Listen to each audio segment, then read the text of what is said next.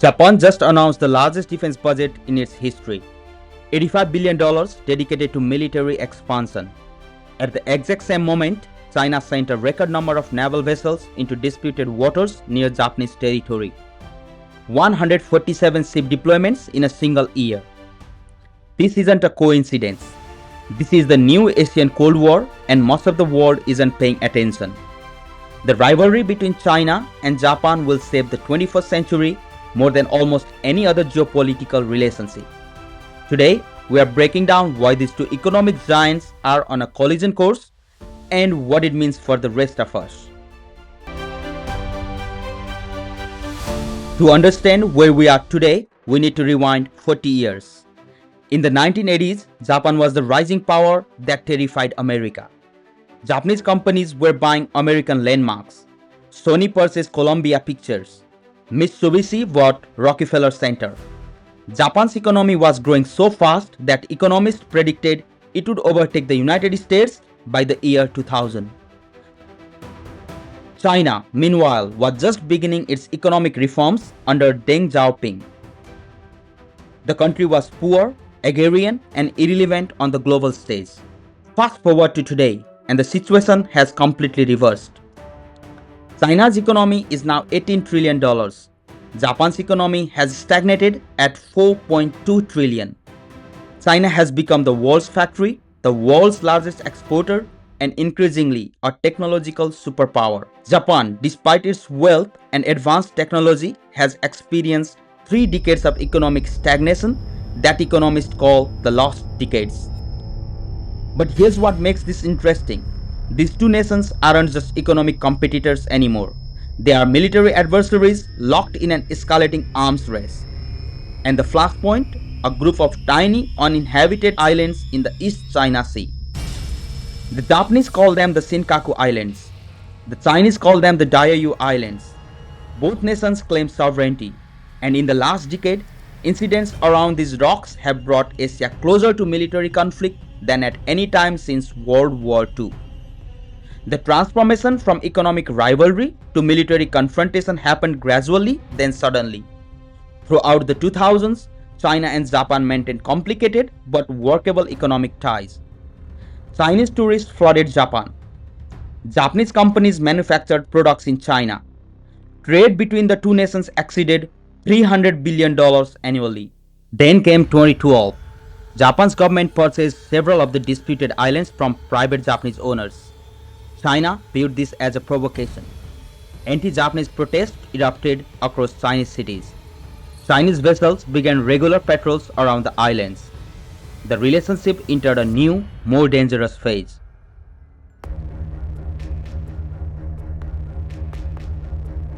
Let's talk about the economic side of this rivalry, because it's more complex than most people realize. Yes, China's economy is now more than 4 times larger than Japan's. Yes, China has surpassed Japan in almost every measurable economic metric. But Japan still holds several critical advantages. First, technology.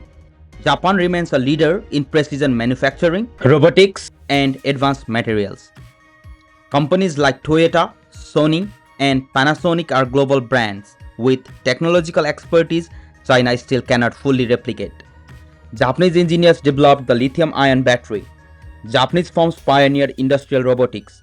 This technological edge matters. Second, per capita wealth. China's economy might be enormous, but it's divided among 1.4 billion people. Japan's 125 million citizens enjoy a per capita GDP of $39,000. China's per capita GDP is just $12,000. The average Japanese citizen is still significantly wealthier than the average Chinese citizen. Third, soft power. Japanese culture, anime, manga, video games, and cuisine have global appeal. China has invested billions trying to match Japan's cultural influence and has largely failed. When people think of Asian culture globally, they often think of Japan first. But here's where China's advantages become overwhelming. Scale manufacturing. China can leverage its massive population and enormous domestic market in ways Japan simply cannot. When China decides to develop an industry, it can mobilize resources on a scale Japan cannot match. Take electric vehicles. Japan pioneered hybrid technology with Toyota Prius, but China invested $60 billion in EV infrastructure and subsidies. Now, Chinese companies like BYD outsell Japanese automakers in the EV market. China's domestic market alone is larger than the entire Japanese economy. That scale advantage is devastating. The economic interdependence between these nations creates both stability and vulnerability. Japan relies heavily on Chinese manufacturing and Chinese consumers. China needs Japanese technology and investment. $300 billion in annual trade means both nations would suffer from complete economic decoupling. But that interdependence is decreasing. Japan is actively diversifying its supply chains, moving manufacturing to Vietnam, Indonesia, and India. China is developing domestic alternatives to Japanese technology. The economic ties that once prevented conflicts are weakening.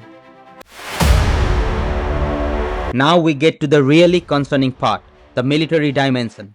Japan's new defense budget represents a fundamental shift in Japanese security policy.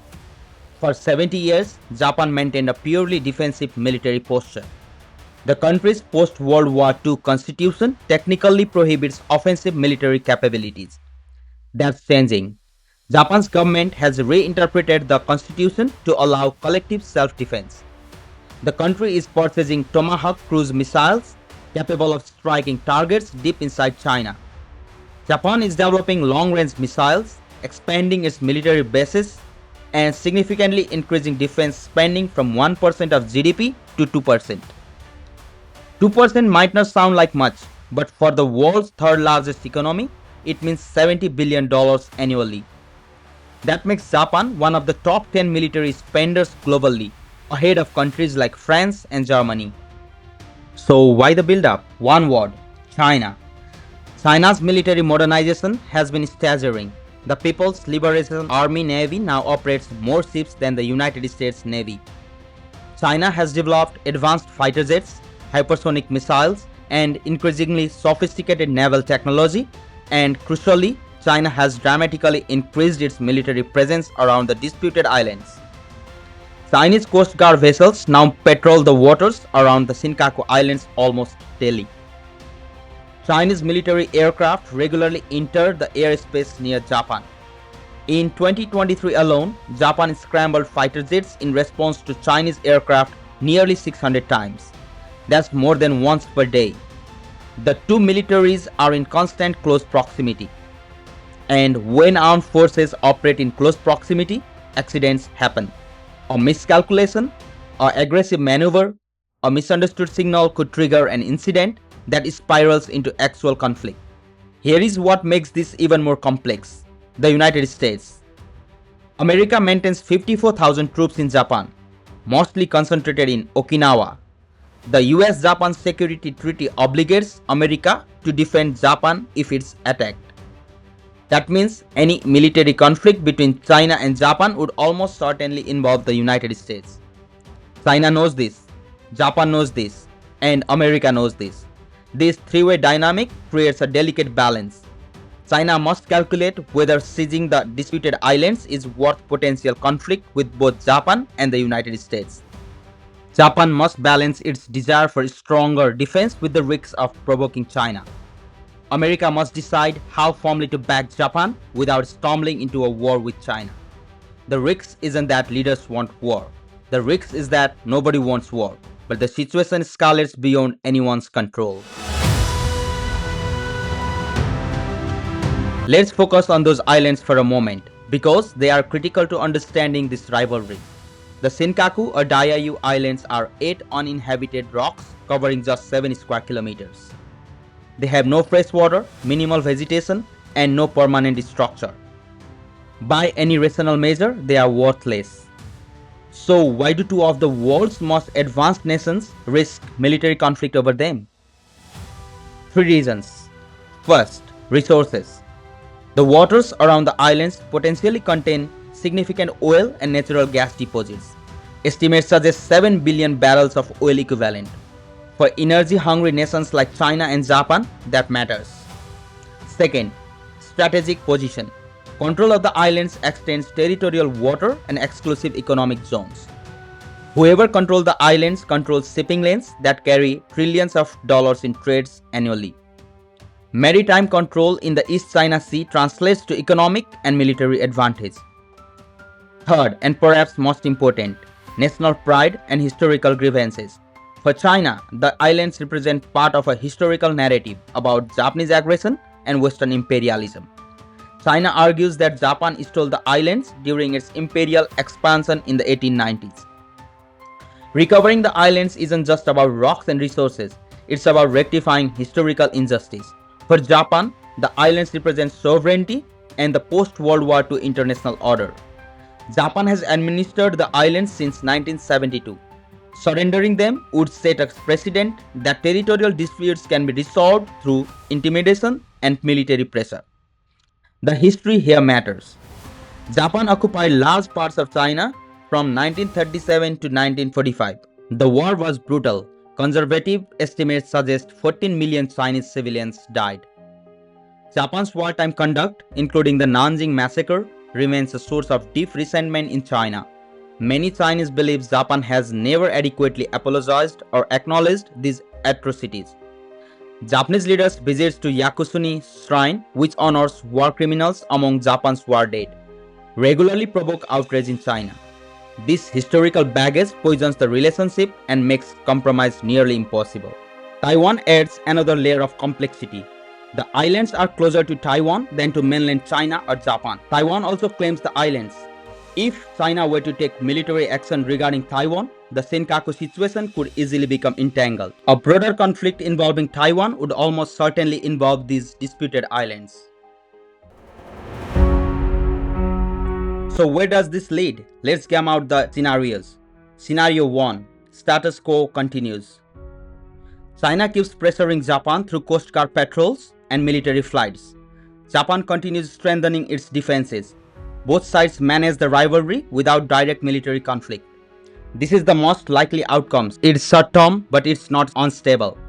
Constant military proximity increases the risk of accidents. Scenario 2. Gradual escalation. Incidents occur. Maybe a Chinese vessel collides with a Japanese Coast Guard ship. Maybe a military aircraft is shot down after entering disputed airspace. These incidents don't immediately trigger war, but they increase tensions, justify larger military budgets, and move both nations closer to conflict. Third scenario, crisis escalation. A major incidents occur, perhaps during a broader Taiwan crisis. Military force engage. The United States is drawn in. This scenario, while less likely than the others, would be catastrophic. A war between major powers in the 21st century would devastate the global economy and potentially kill millions. Scenario 4. China's comprehensive victory. Over 20 or 30 years, China's economy and military become so overwhelmingly dominant that Japan effectively concedes. This doesn't mean military conquest. It means Japan accommodates Chinese interests, maintains nominal independence, but operates within a Chinese sphere of influence. Some analysts believe this is China's long-term strategy. What makes this rivalry different from historical great power competitions? Nuclear weapons. Both China and Japan's ally, the United States, possess nuclear arsenals. This creates powerful incentives to avoid direct conflict, but it doesn't eliminate risks. Limited conventional conflicts can occur between nuclear powers, as we have seen with India and Pakistan. The economic dimension matters too. In past great power rivalries, economic ties were limited. Today, China and Japan are deeply integrated into the global economy. A major conflict would disrupt supply chains, crash markets, and trigger a global recession.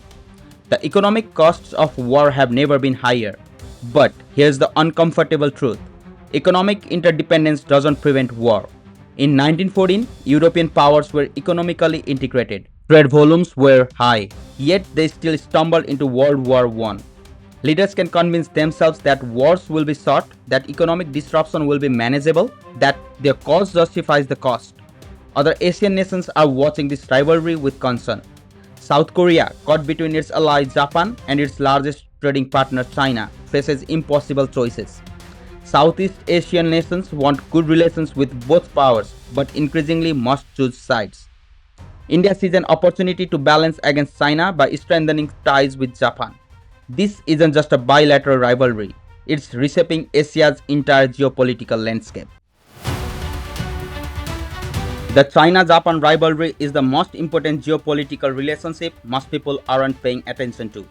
These two nations, separated by history, competing for regional dominance, armed with increasingly sophisticated militaries, locked in disputes over uninhabited rocks, represent one of the greatest risks to global stability. Will they go to war? Probably not. The costs are too high and leaders on both sides understand the stakes. But probably not isn't definitely not. History is filled with conflicts that seemed unlikely until they happened. Leaders miscalculate. Accidents occur. Nationalism overrides rational decision making. The new Asian Cold War is here. It's happening now. And its outcome will shape the 21st century as profoundly as the US-Soviet rivalry shaped the 20th. The question isn't whether this matters. The question is whether the world is prepared for what comes next.